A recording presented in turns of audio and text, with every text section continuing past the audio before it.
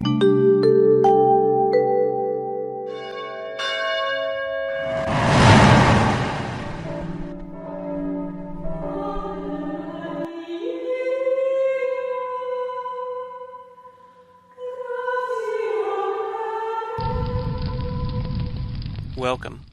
I'm Sebastian Mahfood, and you're listening to WCAT Radio, the on-air wing of En Route Books and Media, bringing you the dulcet sounds of Catholic wisdom. Good morning.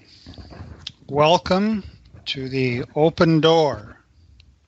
Open, we pray, to God's love, committed to building a culture that is pro-life for the whole of life. Jim Hanink here, Matthew Bartko, my co-host and friend as well. And joining us today, as in the past, is Jack Quirk, who in a bit will tell us about a show that he's starting. Let's begin with our opening prayer. Direct, we beseech thee, O Lord, all our actions by thy holy inspirations, and carry them on by thy gracious assistance, that every prayer and work of ours may begin always from thee, and by thee be happily ended. Amen. Amen. Amen. We have two items on the agenda today, although they're not equal. Towards the end of the hour, we'll be turning to the business of the American Solidarity Party.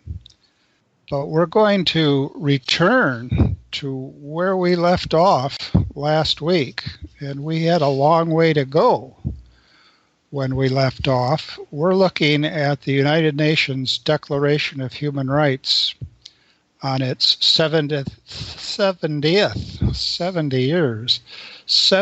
anniversary. It's a document that calls for understanding and review and action. We're going to ask Matthew to get us launched with Article 12. Can you get us back on track, Matthew? Absolutely no problem, Jim. Thanks. Just as a refresher, Article 12 says, no one shall be subjected to arbitrary interference with his privacy, family, home, or correspondence, nor attacks upon his honor and reputation. Everyone has the right to the protection of law against such interference or attacks. And we had a very enjoyable conversation last week on several of the places that this was affecting or would affect if a country was really trying to implement it. But the first area that we wanted to dive into this week was in regards to one's bodily autonomy. In particular, what rights to privacy do we have with what we do with our bodies and what we put into our bodies? So I'll throw a bone to Jack and see if he can work in a mention of some exciting news he has with his answer, and ask him to elaborate on his views of privacy as it impacts drug use. Go ahead, Jack. Well, thank you. Now, let's talk about drug use. Drug use is complicated by the fact that there's more than one kind of drug out there. You've got heroin on one end and you've got marijuana on the other. And whereas, when it comes to a right, it seems strange to talk about drug use on any level as being a right in the same sense as right of free speech, right to freedom of religion, and so on. Because when you're talking about drug use, you are, frankly, or alcohol use, abuse, you're talking about, a vice, the use of which is a vice. But at the same time, I think that the real question with regard to that issue is whether or not uh, the use of it is a sufficient vice, a sufficient type of malfeasance of behavior to justify law enforcement interference. And so you can take a look at marijuana. One may not approve for its recreational use. Now, I think that its medicinal use, prohibiting that, is a human rights violation. If there's something that a doctor prescribes for you, and there's some general law that says that, well, no, you can't use that kind of medicine, even if it would be the best medicine for you at the time, that's a human rights violation. I think you have to be able to access the medicine that you need. As for its recreational use, it's hard to think of it as a human rights violation when the government says that you may not do it and you're subject to law enforcement sanctions if you do. At the same time, it is, you have to wonder at what point do you have to say that the government is taking too much supervision over our lives. Surely we have the right to make decisions that, to make good or bad decisions in our own lives in order to develop as a human being. And so viewed from that perspective, it just depends on where you're looking at. And of course, you got to think about, things like on the public streets when you're driving. Nobody has a right to be under the influence of a drug in that circumstance. But because you can hurt other people, when you're supervising children, when you're in the position of doing that, is it okay to be in that kind of a condition? We don't arrest people for being drunk unless it moves over into child neglect when that happens. So it's a complicated issue. There's a lot of things there. Drug use has a wide variety of ways of being looked at when it comes to its use. I have thought for a long time that the best way to deal with it, the most efficient way to deal with it when it comes to use solely, is not a criminal response. It's not subjecting to someone to penal sanctions, but to treatment. There ought to be treatment available. And, I think that a lot of I don't just think, I know that a lot of drug use, a lot of use of street drugs is a self-medicating procedure, largely because people do not have access to medical care. They have chronic pain and they resort to opioids that are not prescribed. And what needs to be accomplished with that is universal health care. So I think that dovetails into the question of universal health care and means of making sure that everybody has access to the medical care that they need. Now, Matthew, I failed you because I haven't been able to segue any of these comments into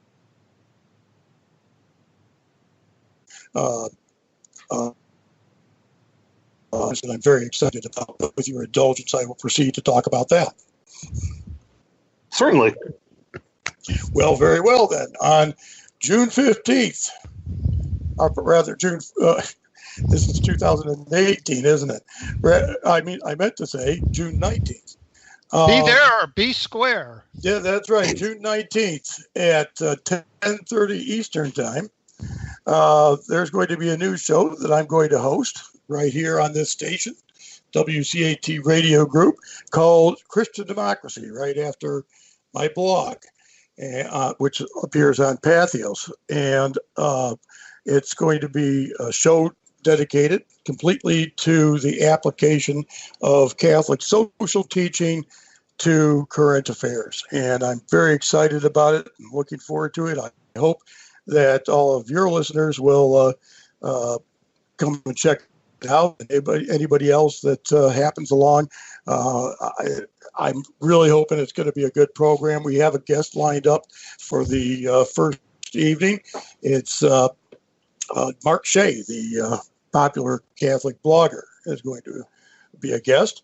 And I'm really excited about that, and we're looking forward to it. And so 10:30, June 19th, Tuesday, and right here on WCAT Radio Group. Jack, could you say a little bit about Patheos? I don't think a lot of our listeners would be familiar with it.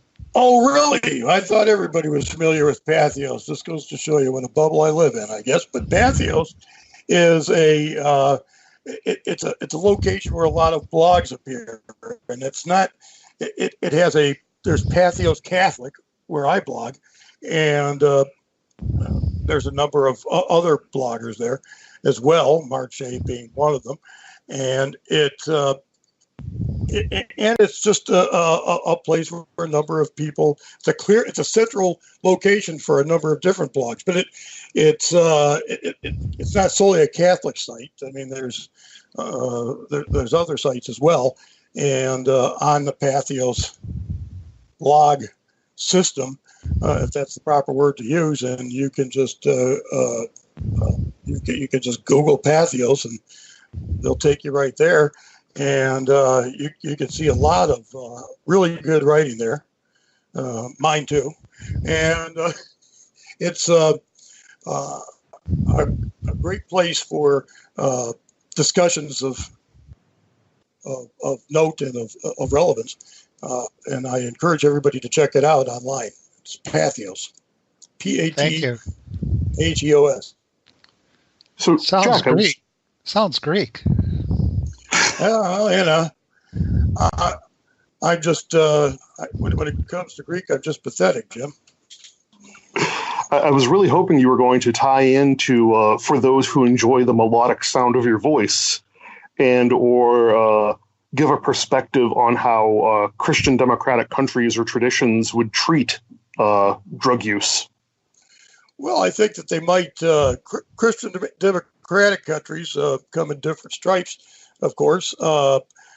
I think that when it comes to how I would view that the Christian democratic approach is that, of course, every human being is an end in himself or herself, and so you should always look at each individual as if the world were created for him or her. And so when a person finds himself in the condition of being a drug addict, addicted to drugs, then the idea should always be not reprisal of some kind. It should be to seek out the best for that person.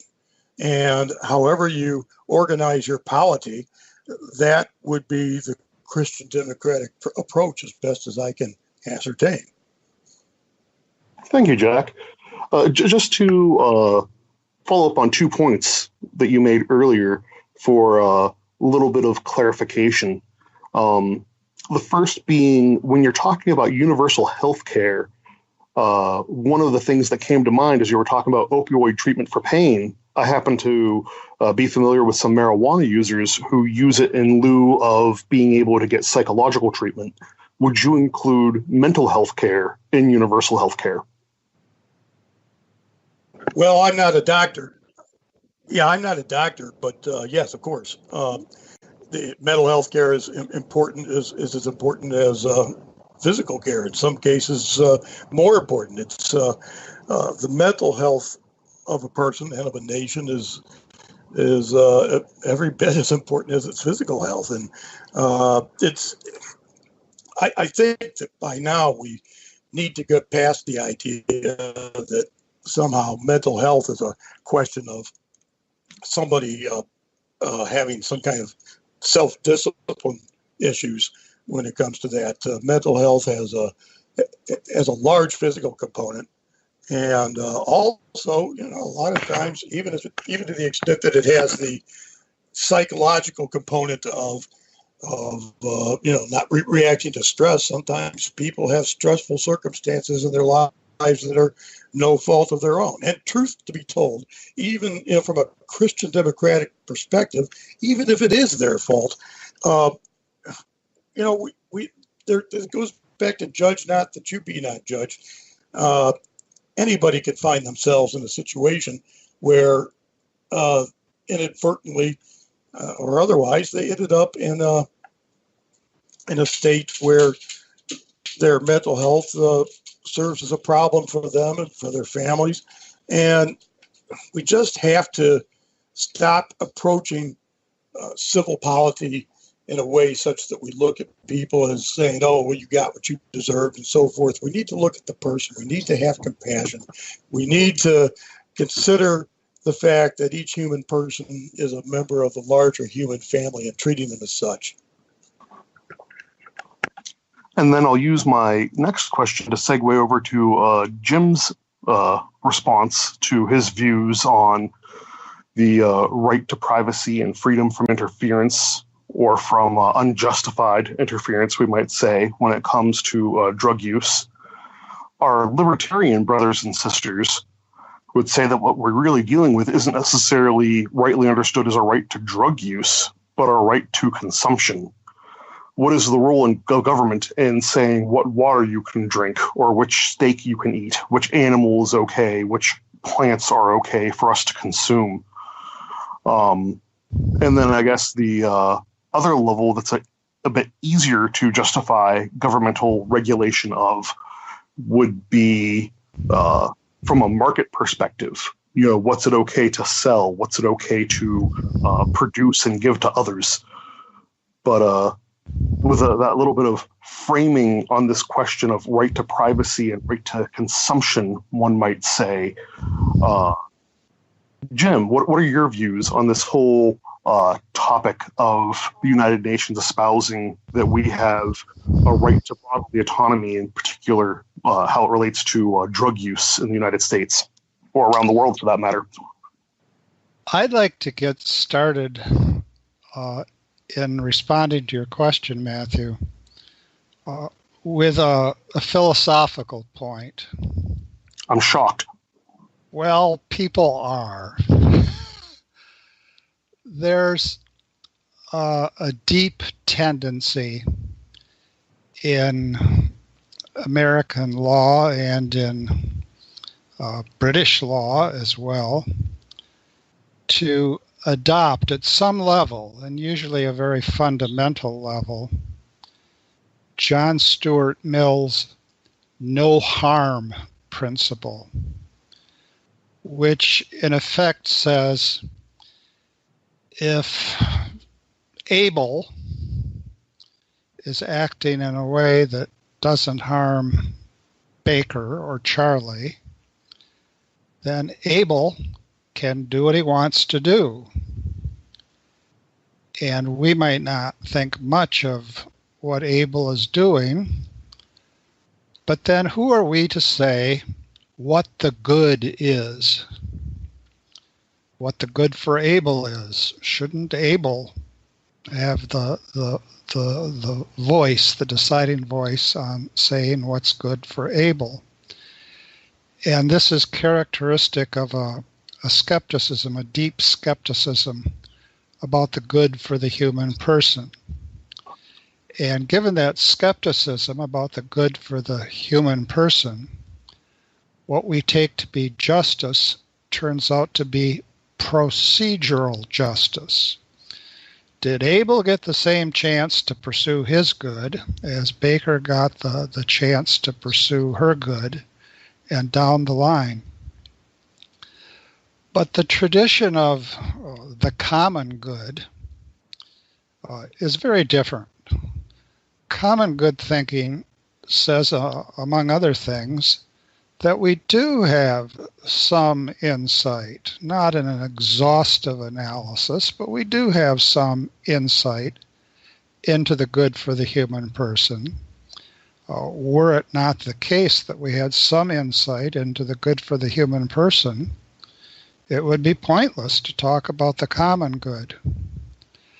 Now, when it comes to the use of drugs, the best of drugs, I suppose, allows someone to be calm, to be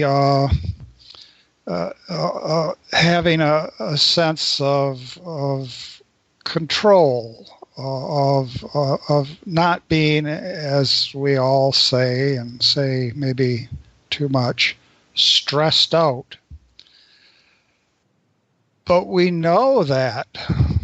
surely know that life involves struggle, and that if we had a population of very, very, very, very calm people, well, we wouldn't have much more than their calmness. Struggle is part and parcel of what it is to be a human being. Now, we need not exacerbate that struggle, of course not. But we can't just avoid struggle either. So we, in speaking of the common good, are reflecting a view that there is such a thing as the good for the human person, and carefully controlled sedation is seldom the good for the individual person. Now, there are a number of considerations here that are much more particular. We have, for example, Colorado, a wonderful state in that it allowed Mike Maturin, American Solidarity Party candidate for president, to be on the ballot. Less wonderful, in my view, is the acceptance of marijuana as a recreational drug. Now, even this idea of recreation is suspect. I mean, there are a lot of things you can do for recreation, but it seems to me sex is too big for recreation, and being calm and content is a little bit, well, not the sort of recreation one thinks about as recreation, which is aimed at refreshing the spirit. It's more of a dampening of the spirit than anything else. Now, unless marijuana use is carefully controlled, there's all kinds of medical evidence that suggests that it increases psychotic episodes among adolescents and young adults. And so that's something that has to be looked at very, very carefully. Now, I do think, of course I think, that there's such a thing as drug addiction. To deny that would be sort of like denying that there's traffic on the freeways in California. Of course there's drug addiction. And of course, a good deal of drug addiction is self-medication. But the people who are making a lot of money by supplying drugs at a cost to people who are self-medicating, those people, in my view, ought to be sharply sanctioned, very sharply sanctioned. At the same time, and who can sort this out? Only the good Lord. We set ourselves up for zoning out in many ways in the course of each day. I mean, we do lack a certain discipline, and we could all, I think, improve in that regard. The more we sit around and stare at our navels, the less likely we're going to be to participate in our own development and to participate in the development of the common good. And let me just say that in the classical tradition, going back to Aristotle and Plato, the job of the res publica, which I like much better than the state, the job of the res publica is not just to prevent people from harming themselves, yes, of course, but to help people to fully realize themselves. And that's probably enough for me on the question of drug abuse and the right of the state to intervene. But there's a sidebar here that maybe not today, but maybe at some other point we'd like to pursue. The whole question of force feeding either patients or political protesters is related to this as well. Back in the day of the Irish Republican Army, I think particularly of Bobby Sands, Irish rebels were at a certain point force-fed. That's one kind of force feeding. Another kind of force feeding is there's some people with profound mental health issues that need to have feeding from a medical perspective.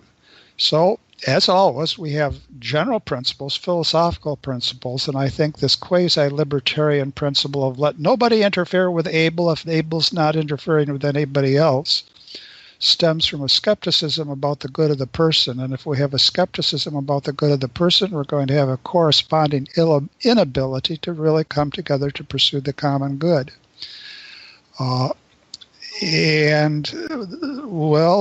Particular cases, but we have to have some organizing principles, otherwise we get lost very soon. I do want to move on to our other topics this morning because I think that they are going to also be weighty and in need of all due deliberation. But I just want to ask each of you consideration of one more substance that we take into our bodies.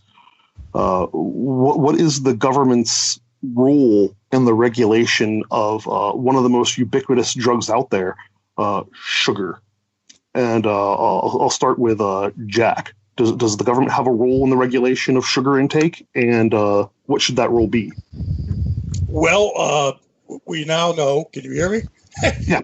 We now know that sugar has a lot of inimical effects on human beings. And I think that I don't know that there should be any rules about how much sugar one person should be able to imbibe individually, but and sugar substitutes like corn syrup haven't really proven to be of very, very beneficial. But I think that the government has a role in regulating ingredients of various food products. In other words, on the business that sells it.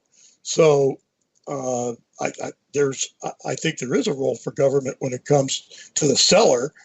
How much sugar are you going to hide in your product? I suppose to cover up whatever else is in there. So I would leave it there. I wouldn't go and regulate individual behavior along those lines. And that's where, when I guess I differ from Jim somewhat. We can. There's only so much government force that we can use beneficially in order to make people behave. I think what we really need to do is have. I think smoking is the best example. I mean, cigarettes aren't illegal, tobacco's not illegal, but we've seen a sharp decline in its use since I was young. And the way it's been done has been not to make it illegal, but to have messages out there that show its inimical effects, and the government prohibiting its advertising and so on. And I think that when it comes to things like that, that's really the best way to go, rather than putting people in jail. We have too many people in prison and in jail in the United States today, and we've just got to come up with a better solution to regulating human behavior. That every time people do something we don't like, we throw them in jail. That's just that's peddly box justice, I think, and we just need better solutions than the ones that we're using now. And Jim, when you take the thoughts we've been having about drugs and extend them to, a substance like sugar, what is your thought on the role of government in regulating sugar? Still with us, Jim? I'm back at it. Gotcha. I stand wholly behind chocolate chip cookies, which I understand. Which I understand have a certain amount of sugar in them. I think Jack's right. I think that the tobacco model, the smoking model, is a good model to follow with something like sugar, although I think the effect of sugar is not nearly so disastrous as the effect of smoking. Here again, we have the American Solidarity Party. Is there a common good? Yes. Is there subsidiarity? Yes. What individuals can do on their own, they ought to be able to do on their own without government imposition. Yes. So I think we ought to know how much sugar there is roughly and what we're eating. If we can't tell by tasting it, we ought to know. But I don't think there should be much more governmental intervention than that. Thank you. So, continuing on in our current line of thinking about what is the common good, what is as the 12th article of the United Nations Declaration on Human Rights would say, what takes something past the level of it being an arbitrary interference in one's bodily autonomy and the privacy of our own body, in regards to what many would like to frame as a healthcare decision. We could get bogged down in contraceptives or, any number of issues related to or circling around. But the core fact of the matter is that this country has a hot debate going on about what happens as a natural result of intercourse, and a woman between certain ages has a genetically unique human life form developing inside her. Is her right to privacy, her right to be free from government interference in her body, how does that extend to protection or lack thereof for that new developing life? So we're not talking about the government terminating the life inside her, so that's not necessarily government interference, but the mothers or the fathers, a couple can come to these decisions together. What is the role of the state? What is the role of government? What is the burden that must be bared so that it can't be called an arbitrary interference with her bodily autonomy to outlaw something like abortion or place restrictions on termination of a pregnancy? And I'm going to throw this one to Jim first.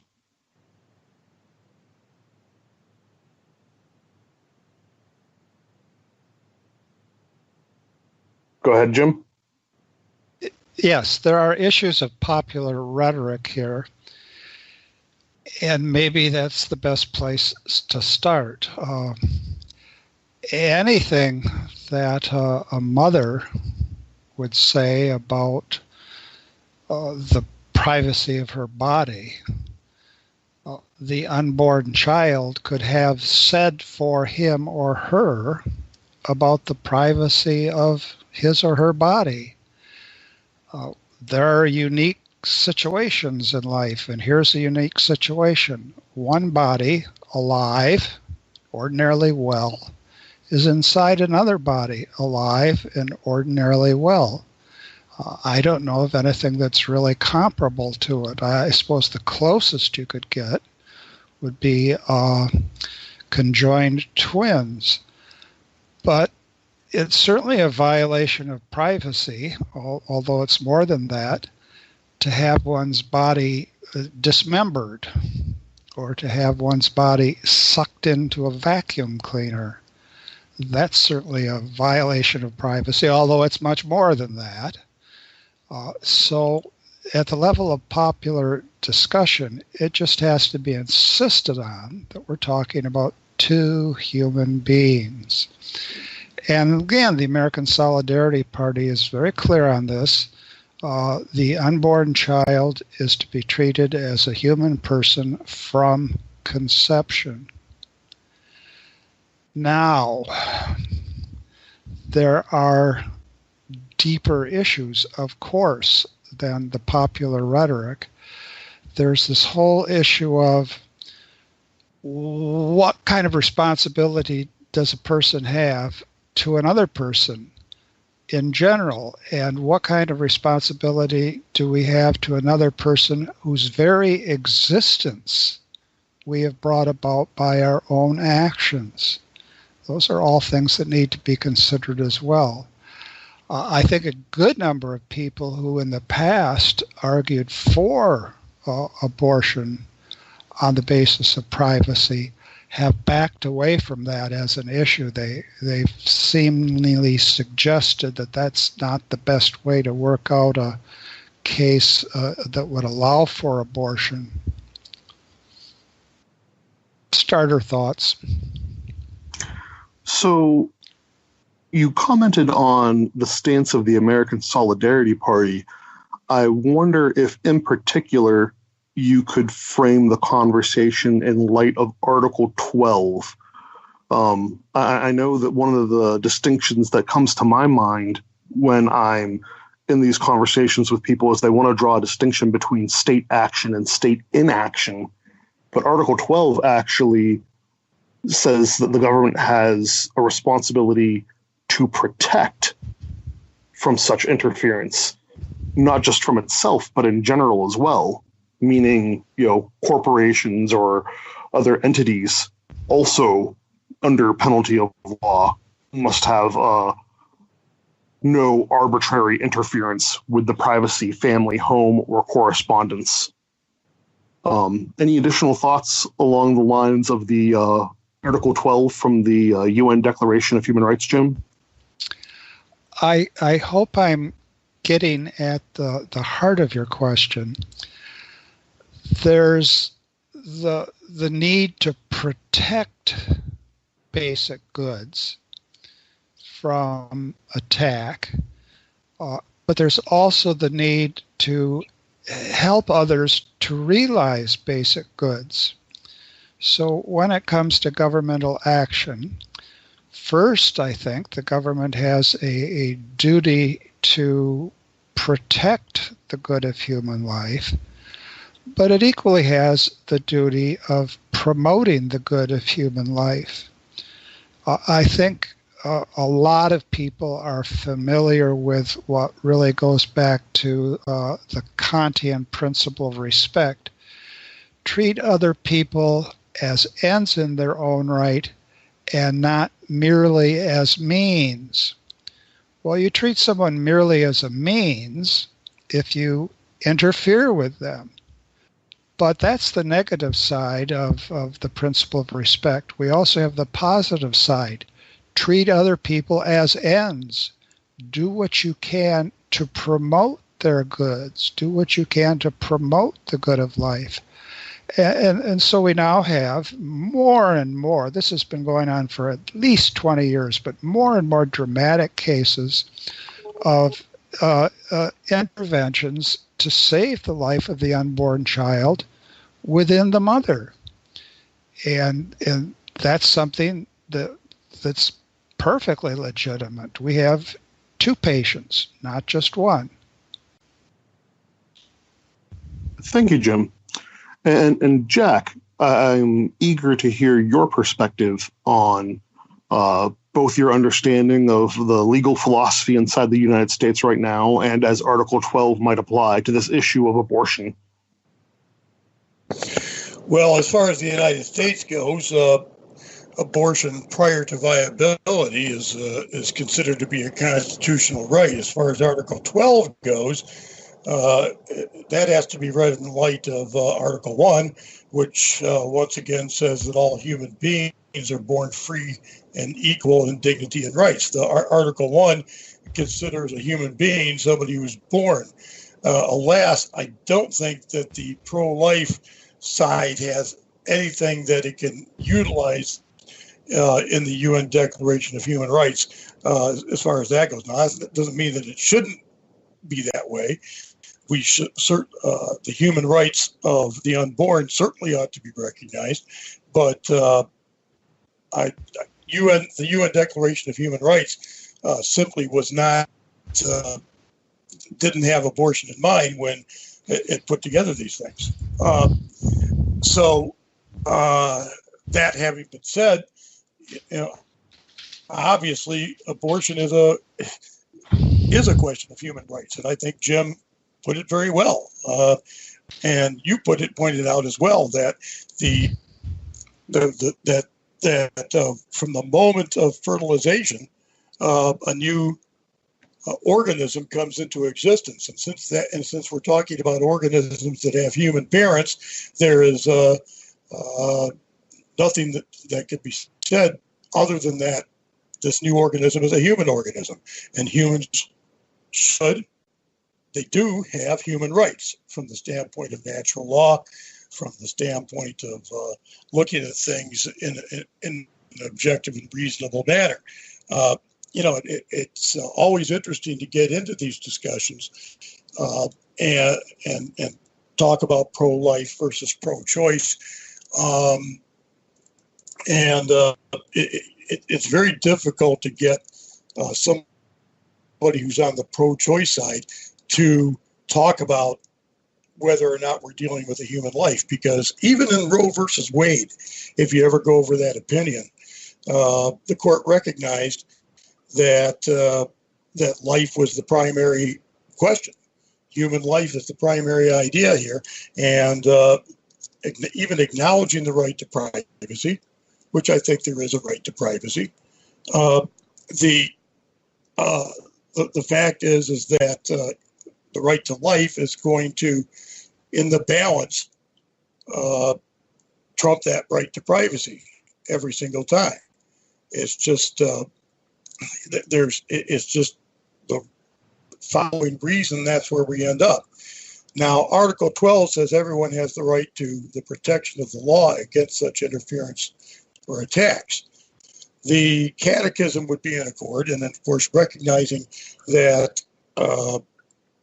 the unborn are human beings. The unborn have the right to the protection of the law against interference or attacks. And so I can reach no other conclusion but that the law has a duty to protect the unborn. I know that this will take different forms, and there's questions as to who ought to be sanctioned when an abortion takes place. But these kids in the womb do have a right to the protection of the law. There is anything else is just simply discrimination. It's the old political decision of, is every human being a person? Well, there was a time in our history when we recognized some people as just 3/5 of a person. And I think that that's a distinction that ought to end. Every human being is a person. Every human being has the right to protection of the law. So, if I'm understanding correctly, my reading of the decision from Roe v. Wade and the subsequent decisions that have really led to U.S. law on this matter, it seems that the legal case, not necessarily the philosophical case, but the legal case really does revolve around the idea of privacy. So it was decided that it was a constitutional right to abortion, but it was limited to the first trimester, if I understand correctly. That is, that states or other municipalities could theoretically pass laws to restrict abortion, but only in the second 2 trimesters. Is that accurate as far as you understand, Jack? Well, actually, that part of Roe versus Wade has been modified. The dividing line now is viability. Okay. So I really appreciate both of your thoughts on that, and feel free to continue drawing on this idea of viability and privacy and autonomy as we go on to discuss that we have a right, according to Article 12, from arbitrary interference with our family. And I think besides discussing abortion and parenting and child rearing, I think another instrumental case for analysis here is going to be looking at domestic violence. I am grieved.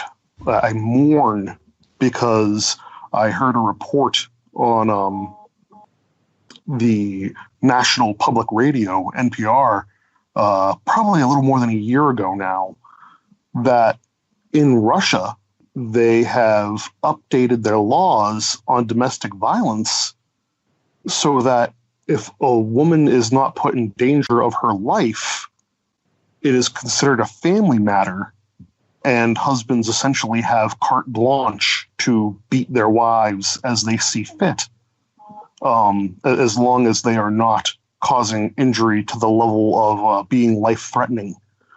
And it just creates this visceral repulsion in me that women could be treated so poorly without legal recourse.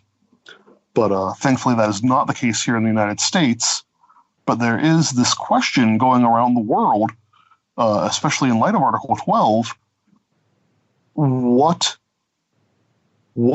is the burden of being not arbitrary before the state can interfere with the home life, can interfere with the family? And I flipped a coin, and I'm punting this one to Jack first.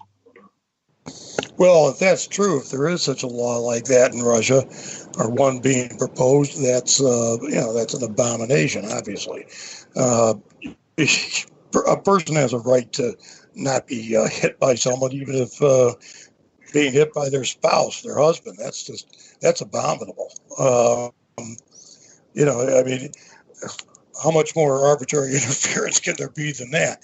And Article 12 says everyone has the right to the protection of the law against such interference or attacks. And obviously a law such as you have mentioned would not comply with Article 12. Thank you, Jack. That raises the interesting question of there are still many parents in this country who vehemently cling to the right to physically reprimand their children for issues of instruction or correcting disobedience. Certainly someone who slaps a child's hand away from a hot burner on the stove wouldn't be accused of assault. Would you care to comment on domestic violence, not just as, in the case of the heartbreaking news I heard from Russia, but also in how we arbitrate, I guess there would be accusations of assault or child abuse or spousal abuse here in the United States? You're asking me this again? Yes. Okay. Well, children have a right to be free from violence as well. I think that there are studies out there that say that it doesn't do the kids a whole lot of good, contrary to popular opinion. I think that, I don't know if I'm ready to criminalize light spankings, but on the other hand, I mean, child abuse is such a problem.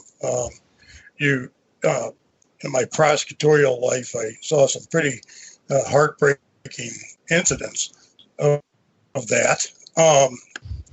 But I think that's more of a contextual thing. The way I would put it is that no parent has a right to inflict an injury on a child.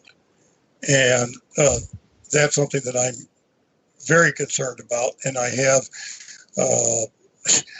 I have 6 kids myself, and I would hate to see any tolerance of inflicting injuries. Not just, and I don't mean by that just life-threatening injuries. I mean bruising or anything. I think that there's a line to be drawn there. I don't. I'm not thinking that just simply slapping the hand, as you mentioned, even if it's not an immediate situation like a burned stove or something like that. I think that to the extent that would even be a good thing, I don't know if that ought to be criminalized as of now. Thanks, Jack. And Jim, on this very weighty issue of when the government should intervene in the affairs of the family, what is your take, both from a philosophical position as well as from the view of the American Solidarity Party or from Article 12? Well, how about going back to a particular as opposed to going back to a principle? But from the particular to the principle won't take us very long. How's about the spanking thing or the slap on the wrist?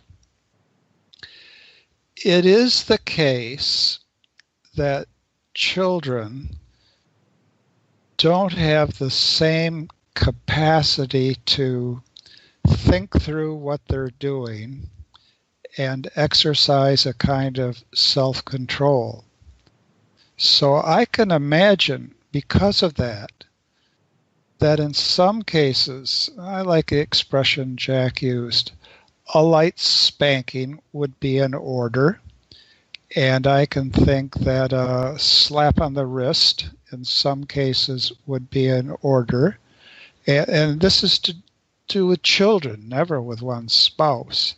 And the reason for it, again, would be if you want to help a child to develop and the child doesn't yet have a capacity to reason or a capacity for self-control, sometimes a careful physical intervention might be satisfactory. When it comes to domestic violence, there's a kind of, I guess, a penumbra, famous case, historical case.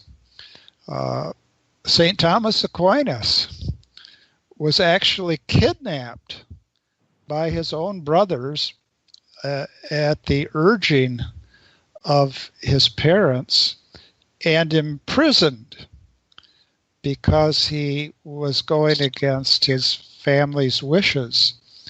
I can't help but think of that, and it would be something that would be completely wrong. Domestic violence, I think, can take many forms. And historically, I think kidnapping of one's children or kidnapping of one's spouse has been a form that it has taken wrongfully. Thank you, Jack. I mean, Jim, I apologize. I didn't mean to insult either one of you there. Solomon at work. Well done. Well done. I'm looking at our time left for this morning, and I wanted to transition to begging all of our listeners out there to go to www.solidarity-party.org and register. It's a $10 donation to be a voting member. It doesn't require you to leave your existing political party that you've registered with your state, unless your state laws vary from the general ones that are in application. Usually those variances would only apply to party leaders if you were serving a role in another political party. And the reason I'm urging you to do that today is because today is the last day to register before our national convention. We have 7 of our 9 national committee seats up for election. We have the issue of adding a statement on gun control to our platform or not coming up at this convention, and also choosing a new logo or retaining the old one. I think that this is perhaps the most consistent life, consistent justice party that exists in the United States today. Also at that website, you can find the platform and see how much you agree with that. I know that Jim did a wonderful job of going through our platform earlier this year and through last year on this very show. So if you would like to have a voice, or if you're willing to have a voice in the future of American politics, as this third party vies for political office and political influence, it is only $10 a year to have a vote. Or you can submit for a waiver request if, for example, there are some political positions in the government that don't allow you to make political contributions, or if you're having financial hardship, there is a waiver process. So the biggest news from the American Solidarity Party that I'd like to put out today is that today, right now, is the last day to have a vote in the convention coming up at the end of this month. It'll actually be next weekend. And all the voting will be done through email. All the voting will be done online. This isn't a huge time commitment. But I urge you all who are willing to have your voices heard in these matters to register and to make your wishes known. Thank you for hearing me out on that. And Jim, do you have any other news? Well, just to add to your really eloquent admonition, encouragement to join the party and to help with the formation of things. Imagine, if you will, in the contemporary intellectual and moral chaos of our day and what I like to call the established disorder, how many issues a new political party faces. Prudential issues, issues of making itself known, issues of how to balance philosophy and immediate decisions that go well beyond principles. Prudence is the queen of the virtues, and political prudence is not easily achieved. And the National Committee is our first source of political prudence. And there's been sharp debate among members of the party about who should be on the National Committee, why they should be on the National Committee. And in one sense, in one sense it can be discouraging because you'd like everybody to agree about everything. But when you think about the number of issues that are involved, that's impossible, and we wouldn't expect it. So this is a very important election for the party, and it's going to have a great bearing on the direction the party takes. First and foremost, I think, most immediately, with the whole strategy of running people for office. We've spent a lot of time thinking about that here in California, and the party won't be a party unless it runs people for office, but that's a major enterprise. So at the very least, say a prayer that we more or less get it right this time. Now, like Matthew, I'm a clock watcher, and we've pretty much come to the end of the hour. I'd like to have as our closing prayer a reading from today's liturgy. And this reading is taken from the first book of Kings. And I'll just take a part of the reading itself. First book of Kings. At the mountain of God, Horeb, Elijah came to a cave where he took shelter. But the word of the Lord came to him, "Go outside and stand on the mountain before the Lord. The Lord will be passing by." A strong and heavy wind was rending the mountains and crushing rocks before the Lord. But the Lord was not in the wind. After the wind, there was an earthquake, but the Lord was not in the earthquake. After the earthquake, there was a fire, but the Lord was not in the fire. After the fire, there was a tiny whispering sound. When he heard this, Elijah hid his face in his cloak and went and stood at the entrance of the cave. A voice said to him, Elijah, why are you here? Well, we know that Elijah was where he was in order to hear the voice of the Lord. And there are ways in which we hear things that are loud and fierce and fearful. But this case, that's not the voice of the Lord.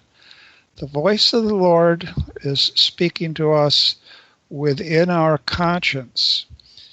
And we have a political conscience. And we hope that in our efforts here, we've been some help to our listeners in the formation of a political conscience. We're at the end for today. We'll be back next week, this very time. We hope you can join us then. Thank you.